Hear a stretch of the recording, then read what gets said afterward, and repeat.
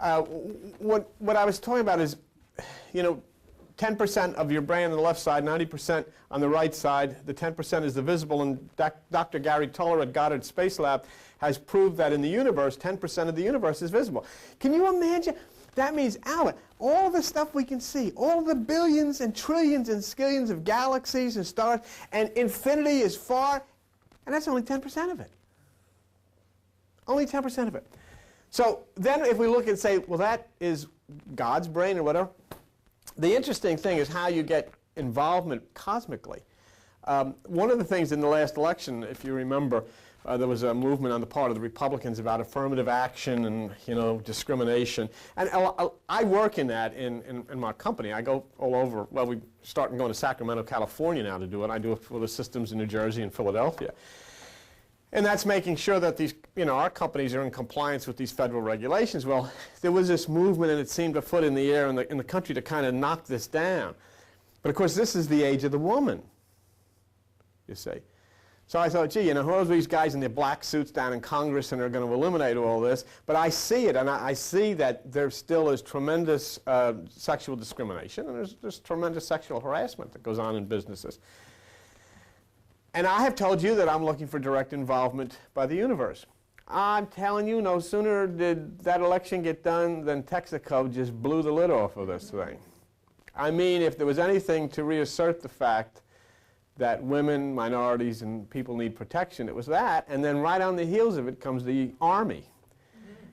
I mean, and they're shooting off more than Scud missiles down here, I tell you. So, it's, I mean, so here, there is really there's an intelligent involvement here in the universe. Let me tell you one other thing.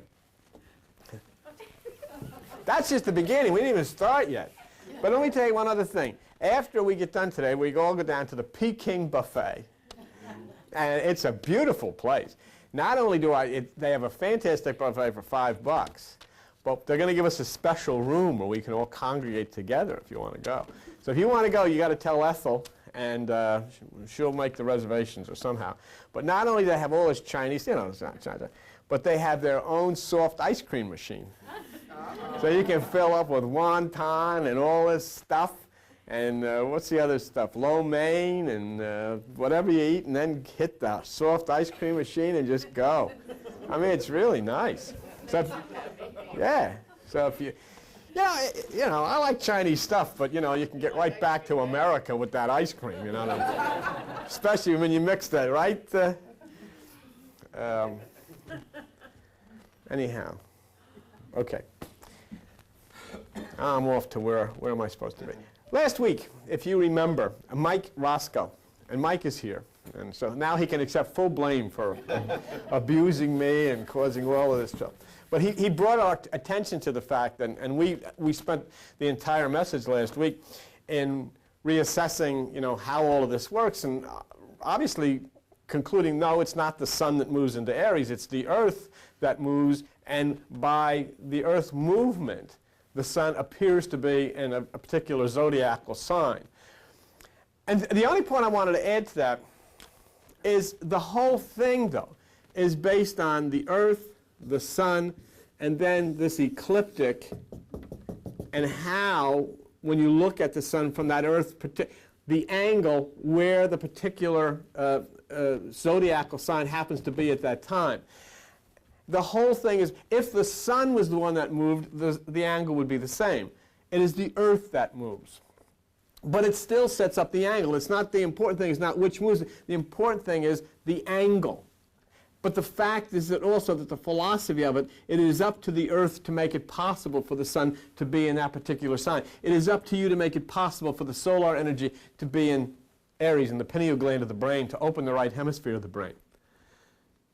It's all illusion, but it's all angle, And of course, it's something that everybody does.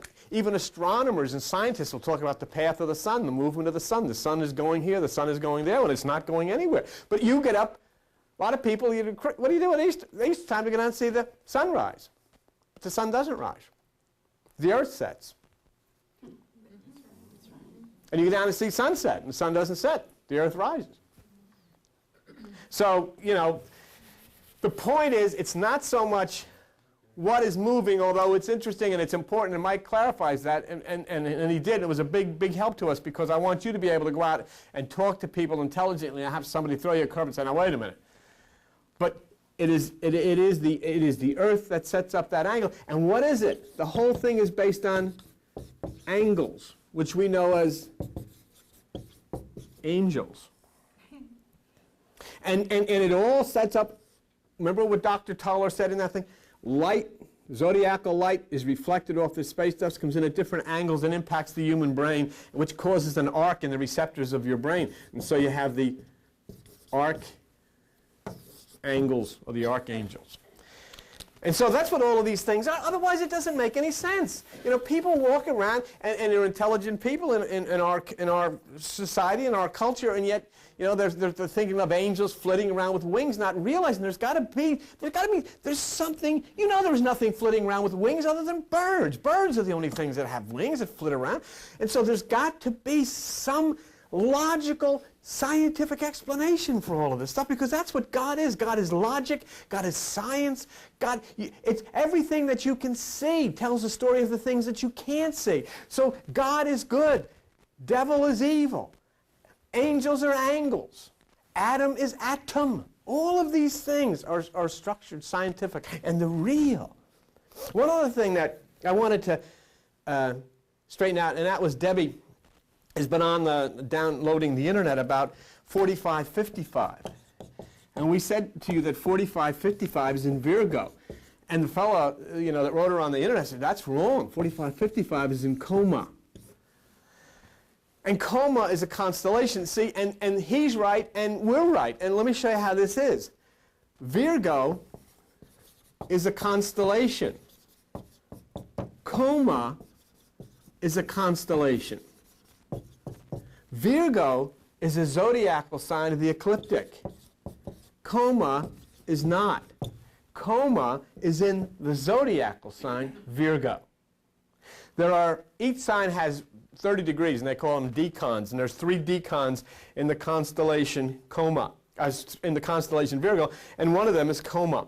Coma is mother and child. But when you look at the ancient Dendro, which is the ancient language identifying these signs, when you look at Coma, you find that the meaning of the word, the ancient word, the way it was originally spelled, C-O-M-A-H, and it means the desire of all nations. Now, 4555, for those of you who are here for the first time, is a number that was allegedly given by Jesus, whomever, to the Coptic Christians of ancient Egypt, who were basically Gnostics and science people. And this number 4555 was given as part of a key, and we've determined that 4555 is a galaxy in Coma in the zodiac Virgo. So in other words, we have identified, we have located a galaxy represented by this number, which was given thousands of years ago.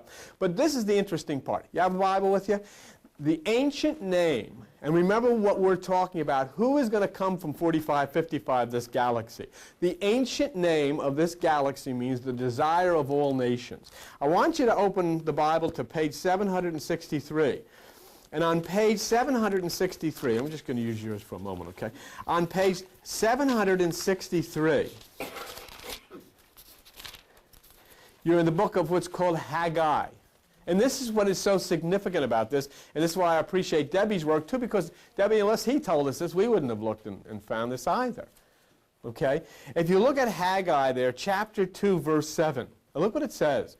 And I will shake all nations, and the desire of all nations shall come. See that? So there you have 4555, which is a galaxy which is actually known as the desire of all nations, and there's a prophecy in the book itself saying that the desire of all nations shall come. And it's going to really be a significant thing when we actually await the arrival. You know, one of the things that somehow we have to get, and I was telling the people in New York, we were up in New York City last night talking, we have created this spook thing of people, you know, extraterrestrials and UFOs. These people are not extraterrestrials. They're just people that happen to live a little further away. I mean, there are people that live in Australia that you've never seen. And yet, we're hanging on to something really beautiful and beginning to understand something that we have, the 8 planets have been discovered. That symbol has been taken care of. The word is zozio, and somebody was giving me a lot of information about a zozio, which means light filtered by crystal, which was the second part of that key. And the third part of that key is 4555. And Debbie's waiting. The scientist she's talking to is going to send her a picture of that. Galaxy 4555. And remember what it says in the Bible. It says, behold, the Lord shall give a sign, a virgin shall conceive. And here is this magnificent galaxy located in the zodiacal sign Virgo. Now, let's get to work here and let's find something out. If cherubim and cerebrum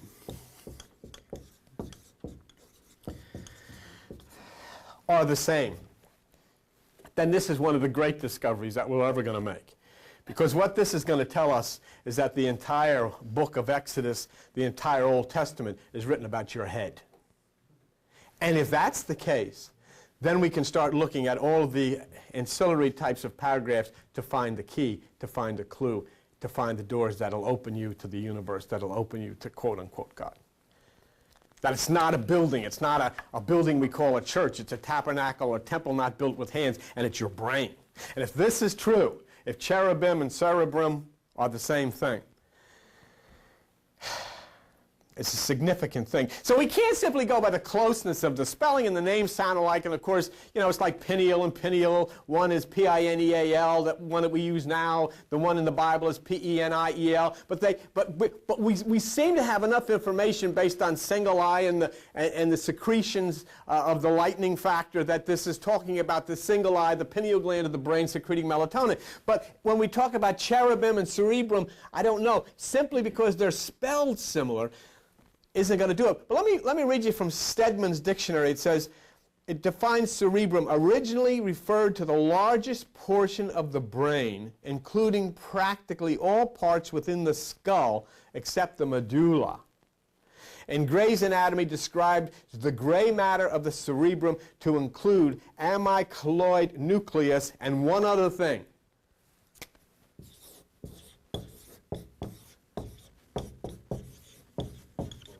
Claustrum.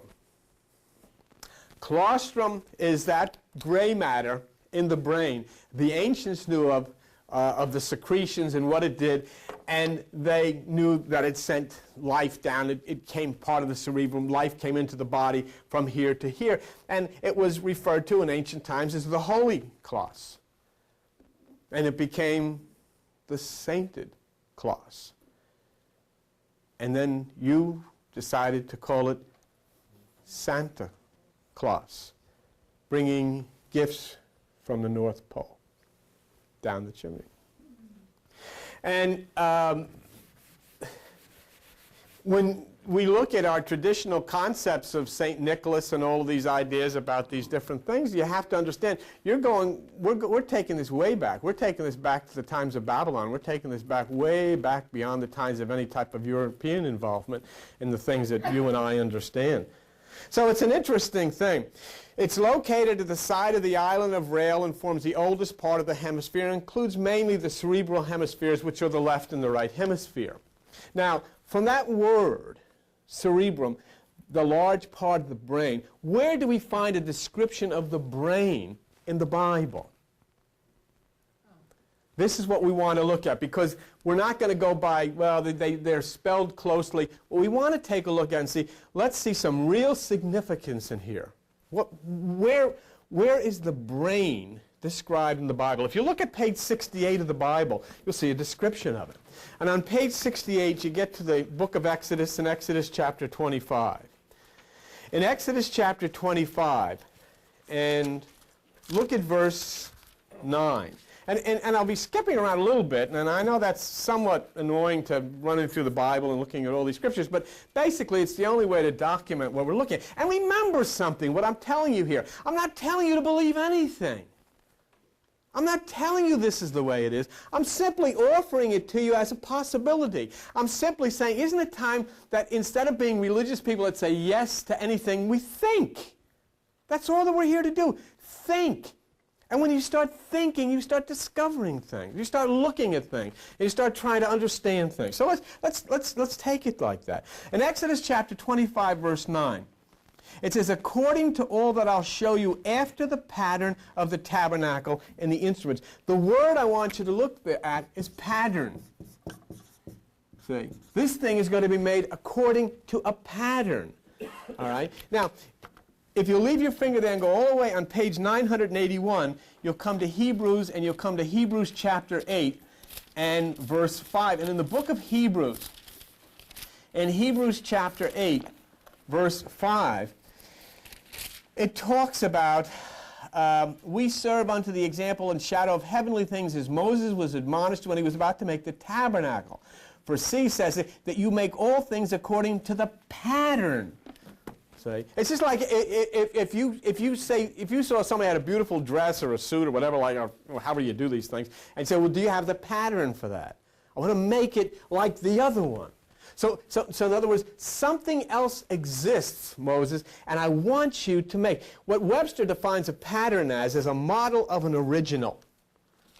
A model of an original what? Say. And here then, basically, we say, okay, we're going to make something, and it's going to be after a pattern, but what's it for? What's the purpose of it? Now, you were at Exodus 25, verse 9 on page 68. Go right there and look at Exodus 25, verse 8. Okay? In Exodus 25, verse 8, it says, let them make me a sanctuary that I may dwell among them. So then this pattern of this thing is going to be the place where God dwells. It's going to be the dwelling place of what you call God. So then what we understand by God in the Bible is saying, look, you're going to make a place where I can live. And I want you to make it according to this pattern.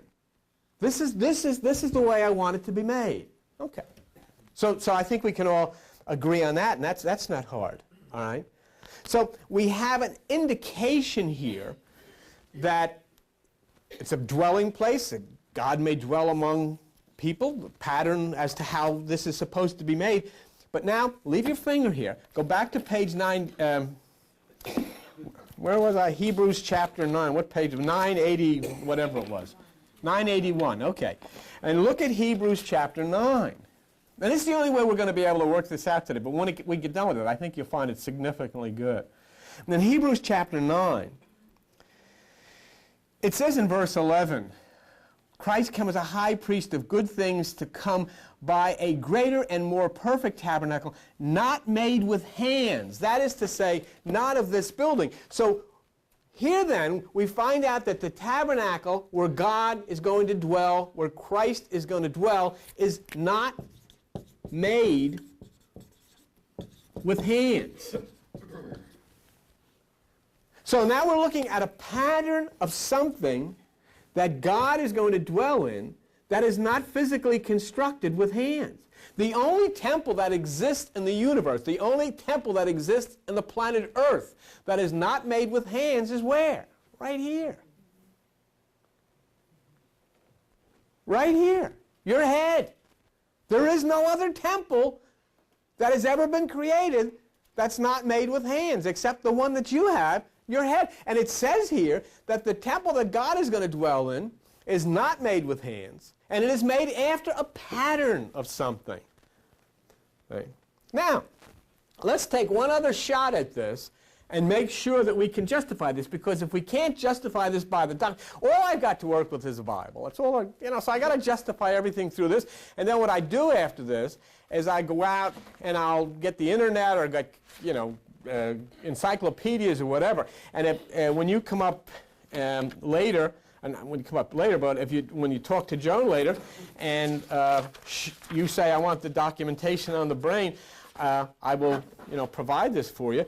Amazing thing, I went on the internet, I typed in the word search cerebrum, S-C-E-R-B-R, and it has a whole web page on the thing. The whole thing just on the cerebrum. And this amazing stuff came down about the two halves connected by the corpus callosum, the left hemisphere, and so forth. Do you remember when we talked to you about climbing the Rainbow Bridge. And the Rainbow Bridge, and of course a rainbow is made by a reflection of water and light through crystal in the atmosphere. And the Rainbow Bridge was what the ancients and the Buddhists and all these people would talk about. It's very hard. They said that the bridge is like a razor. And that means to continue to move across this thing in your meditation. Once a distraction comes, you fall off, and it's very hard to get back on the bridge. And that's what the ancients knew. Very hard for people to keep after this. And so they would call it the Rainbow Bridge. And actually it was the bridge that brought you in a Passover from the old, from the cold, from the hard to that which was new. But this is what's interesting. It says here in the cerebrum, the corpus callosum is a band of nerve fibers that connects the two hemispheres of the cerebrum. By use of this neural bridge, the hemispheres are able to communicate with one another. A neural is electricity. See? So there is a bridge inside of you. And it connects the left and the right side. And remember, Jesus said in John 21:6, cast your net to the right side. And so why did he say cast your net to the right side? He's not, you know, the amazing Kreskin or something, a magician. He's talking about something magnificent. He's talking about the same thing that happens to the sun. We're reaching a point now in this season where everything is getting dark and everything is going to get cold. And the ice and the snows and all of these things come. Why is that? Because if you look and astronomically, the sun, right now while we're talking, is entering a constellation called the Cross. It's being crucified. And it'll sit December 22nd, 23rd, and 24th in the bowels of the earth, 3 days and 3 nights in the winter solstice. And on December 25th, it will come out of the solstice and rise up again. So as we start to understand these things, we start to understand why this all takes place, why this is all happening, we get a better feeling of who we are, what place we have in this, and what is expected of the earth and the world. So anyhow, I wanted you to look at one other thing about this dwelling place, and so that we can firm this up, and so that we can say the pattern is you. It is not a building. Watch this. Page 946. Hold your finger in that Exodus place. Page 946, the book of 2 Corinthians. And in the book of 2 Corinthians, look at chapter 6. And in chapter 6, go to verse 16. What agreement has the temple of God with idols? For you are the temple of the living God. And as God said, I will dwell in them, and I will walk in them. And I will be their God, and I shall be their people. But I want you to underline that line, I will dwell in them. So the dwelling place is in you, and that's significant. So what have we done? We found out that the Bible said, Moses, you're going to build a place for me to dwell. It's going to be made after a pattern, something else that exists. We found out that the dwelling place of God, according to the Bible, is not made with hands, and it's inside of you. So now we go back to see the pattern of this thing. This is the important part. This is very important if you're going to understand what I'm talking about now. Most significant. And once again, if you want to see the documentation of this medically through the encyclopedias, you just say, Joan, get me the documentation of. This is what's important about it. Because now we're going to see how this is constructed. Forget the pattern now. The pattern's already in place. We know that it's you. We know that it's your head. But how are we going to prove it? Can I prove it? And the answer is yes. Okay, here we go. We're in Exodus 25:9. Go to, I don't have the page, but go to the next page, Exodus 26. So it'd be about at page 69, whatever. Exodus 26:33. Here's the construction. Exodus chapter 26. Look at verse 33. You shall hang up the veil. So we have a veil. Or a curtain. You want to call it a veil or a curtain. That's fine, whatever. May bring it within the veil of the ark. And the veil shall divide unto you between the holy place, which is the outer, and the most holy, which is the inner. Got it? Can you see it? You have the holy place, which is the outer court. You have the most holy place, which is the inner court. And you divide the two by a veil. Now listen to this very, very carefully, because this is the kicker here. If you open Stedman's Medical Dictionary, let me say it again.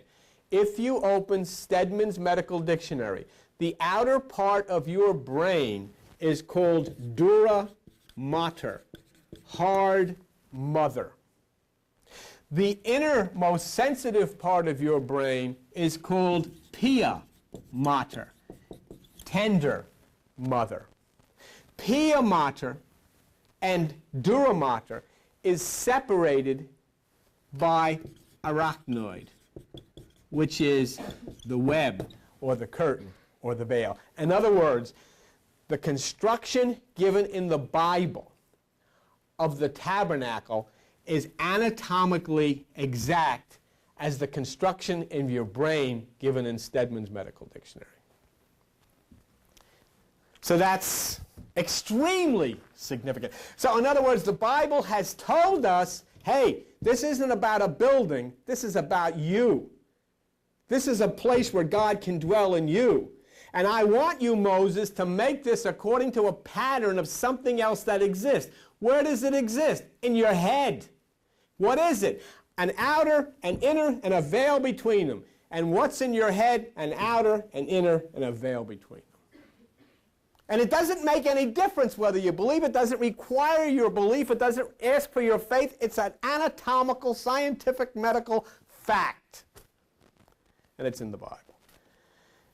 And it's in you. So now then, we realize how God can dwell in you and where God would dwell in you in exactly the place that he defined in Exodus chapter 25. Not made with hands, the brain, the outer, the inner, the dura mater, the pia mater. So I think we have circumstantial evidence to suggest that the human brain is the tabernacle. The human brain. And we know that cerebrum is the brain.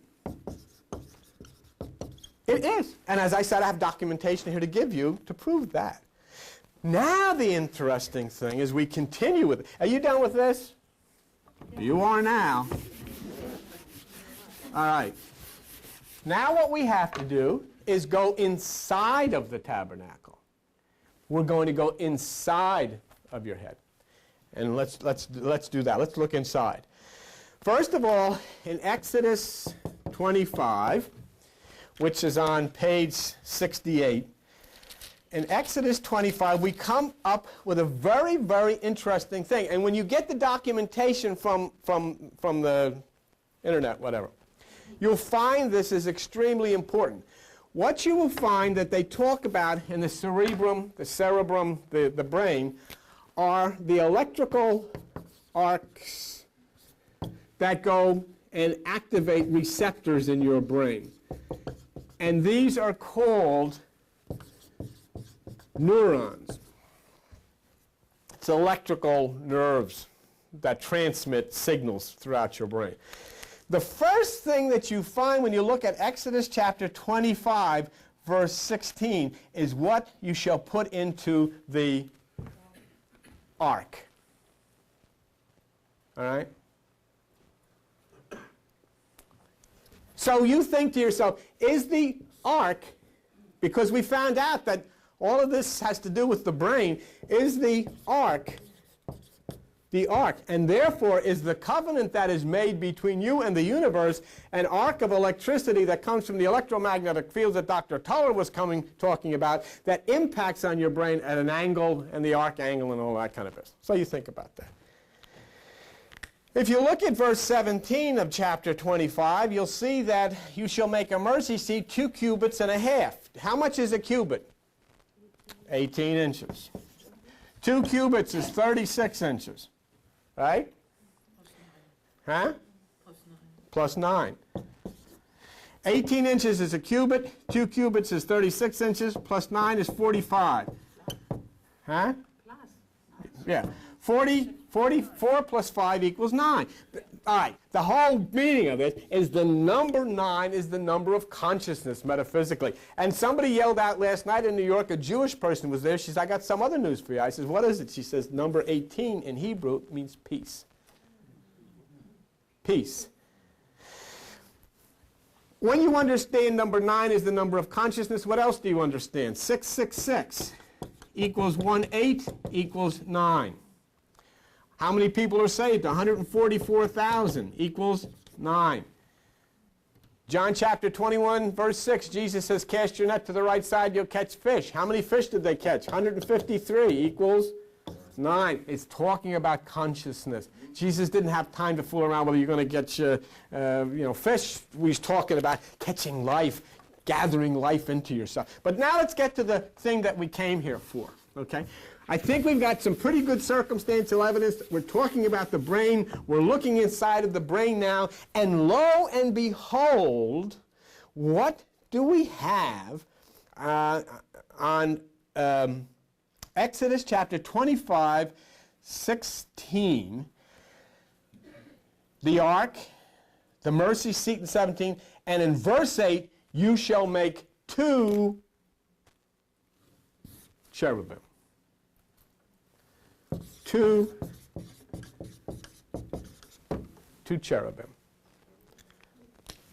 How important are the cherubim? This is you and me. Not bad. Okay. We have, I'll put it over here on the left side so it's facing you. Yeah. We have the left hemisphere, which is the 10%.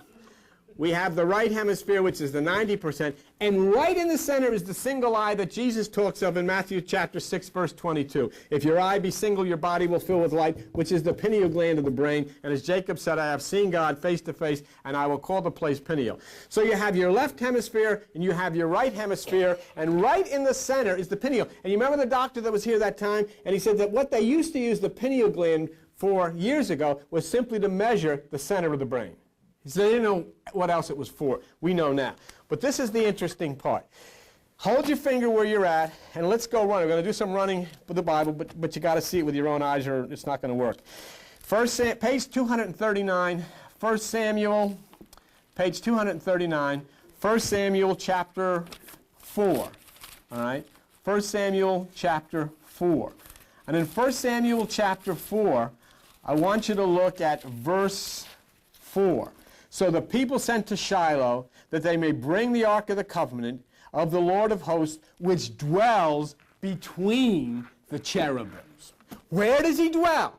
In you. We've proved that this morning. And where does he dwell in you? Between the cherubim. What do you have in your head? Cerebrum. Okay. In Luke 17:21, Jesus says, the kingdom is within you. Now, you have dura mater, you have pia mater, you have inside of you. We know that God's house is the brain because the Bible says it is. It's the dwelling place not made with hands. Okay? Now, watch this very carefully because I'm going to show you something really interesting. Go to page, if you can keep your finger there, go to page 297 and look at 1 Kings chapter 6. 297, 1 Kings chapter 6, and look at verse 27. He set the cherubims within the inner house. So they're inside. Whatever they are, they're inside. Now, what about this house? Let's learn a little more about the construction of this house. Because when you come into meditation, whether you come here on Tuesday night, you come here on Thursday, or whether you're here at 1 o'clock today, when you go in, you're constructing this house. You're constructing this temple. And how do you do that? And it tells you. Look at 1 Kings right where you're at. You don't have to move anywhere.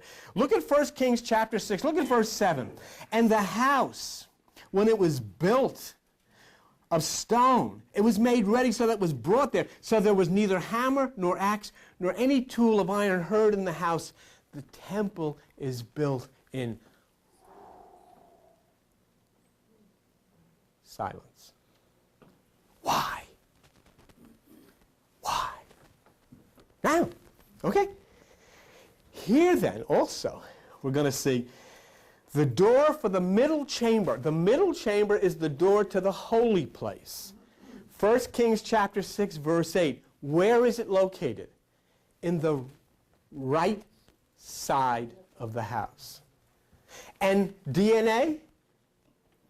DNA. Did you ever see a picture of DNA? You want to see a picture of DNA? I got a picture of DNA. The right side of the house, and they went up with winding stairs into the middle chamber. Why? Why winding? See what you got to say to yourself. Why is it on the right side of the house? Why is there winding stairs? Why is it made in silence? Because it's you. And it's the magnificent beauty that the Creator of all things has given to you. In the same way that the trajectory of as the earth winds and makes its way around so that it places the sun in all of these various places. In the same way, there's a purpose for this. And what does it require of you? You know the most significant thing? It requires of you one blasted thing you got to do. Separate yourself from groups, organizations, anybody in authority over you, and get to be an individual and sit alone and make contact with the one who dwells within the temple within you. And you know that's the hardest thing for people to do. Because they want to hang on to their friends. They want to hang on to the advice from others who actually destroyed them. Have you seen enough in this earth of destruction to say, it's time for me to go into the house? And what did Jesus say? Look, I said, I'll tell you when to go into the house. When? When you see the man with the pitcher of water. Then go in the house. Go to the upper room, and I'll meet you there. And he said something else. That upper room is furnished. Don't bring any of your Bibles. Don't bring any of your New Age journals. None of your smoke or crystals. You just come by yourself, and I'll meet you there. When you see the man with the pitcher of water. And you people that are sitting in this room now are living in the age of the man with the pitcher of water. Time to head for the house. So, here we had 2 Kings 19:50 that dwells between the cherubim. And I want to tell you something about the cerebrum. There are 2 cherubims, okay? Now, you see on Exodus, can you go back to Exodus 25 where you were on page 68? Well, believe me, we're very close to being done. And I know that it gets tedious going through the Bible, but I have no right to tell you anything without showing it to you. And then I have no right to say to you, this is the way it is. I'm simply saying to you, take a look at this. Isn't this interesting? Don't you think this is worthwhile to check? Okay. Now, I think we have very strong evidence that what we're talking about this morning, cerebrum and cherubim, could very well be the same thing. But let me give you a little more that's interesting. Exodus 25. You got the 2 cherubim. Now, we know that your cherubim or cerebrum has a left hemisphere and a right hemisphere. There are also 4 lobes. Frontal lobe, I forget what the other 3 lobes are called, but there's 4 lobes. You've heard of the miracle of lobes and fishes, haven't you? That's a joke. There are 4 lobes. There are 4 fourfold nature. There's 4 compass points. There's 4 equinoxes. The whole thing is the same from here to there. But this is the point. Exodus 25:19. And make 1 cherub on one end and the other cherub on the other end. 2 cherubs. The 2 hemispheres. The brain. Okay? Now, I want to actually, I think, get to the point here of showing you 2 things in Ezekiel, and then you're out of here. The 2 cherubs that we're saying is a cerebrum inside of you in the temple. One on one side, left hemisphere, one on one side, the right hemisphere. How do I know which one is on, can I prove which one is on the left hemisphere and which one is on the right hemisphere? Well, I can't prove anything. Yeah, I heard there was a guy on television, these New Age people, these people that teach this stuff, never has anybody proved anything paranormal exists in the world. The amazing Kreskin has offered $10,000 if anybody can prove anything paranormal, and nobody's been able to prove anything paranormal. Let me tell you something. A hydrogen atom is the most powerful thing in the universe. Nobody's ever seen it. And if you give Amazing Kreskin $10,000 and say, I'll give you $10,000 if you can prove it exists, nobody can ever prove it exists. But it does. It does. In religion, they call it the devil. Because they don't know. Subatomic particles that are alive in this universe and think and operate in this universe, they call spirits and all kinds of crazy things because they don't understand. Do you remember, now, so far with me today, we've looked at cerebrum and cherubim and reached a conclusion, very strong possibility, not only that, probably, that what is being talked about here is inside of you. And as I said, how can I prove that one is on the left and one is on the right? The left side, for here, is your intellectual side. We'll call it mankind, womankind, human being. The right side is your spiritual side, sun side, solar side, whatever. Come with me. We'll go inside and we'll look at the cherubims and we'll decide. And you'll know exactly which one sits in which part of the brain. Page 715. And on page 715, if you will look with me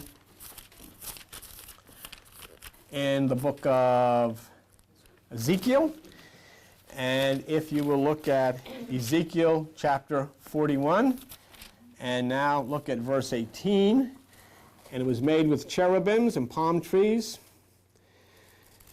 and every cherub had two faces, so that the face of a man, which is Aquarius, was toward the palm tree on one side, and the face of a young lion, which is Leo, the solar energy, was on the other side. The spiritual solar face of the cherub is the right side, which is Leo, the lion. How do I know that? Can I prove that? Yes, I can prove it. Why? Because the sun is Leo. The sun is the lion, the domicile of the lion, Leo. When all of this winter will stop and we will pass over to spring and new flowers and little bunnies and all little nice things will come out, what will happen?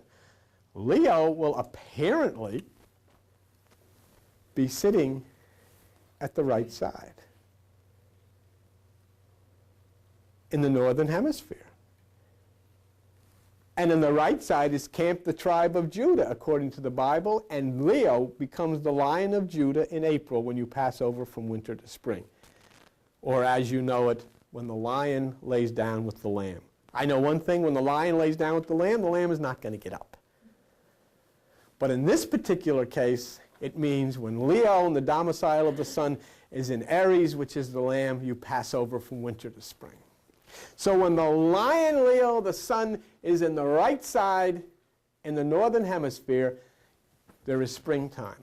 So the cherub on the right is the lion, the cherub on the left is the man. The left hemisphere of the brain is yours. The right hemisphere belongs to the Lion of Judah, who is the only one who is able to open the 7 seals. Now, and I've kept you, but lastly, final thing, I promise you, no more. Final thing.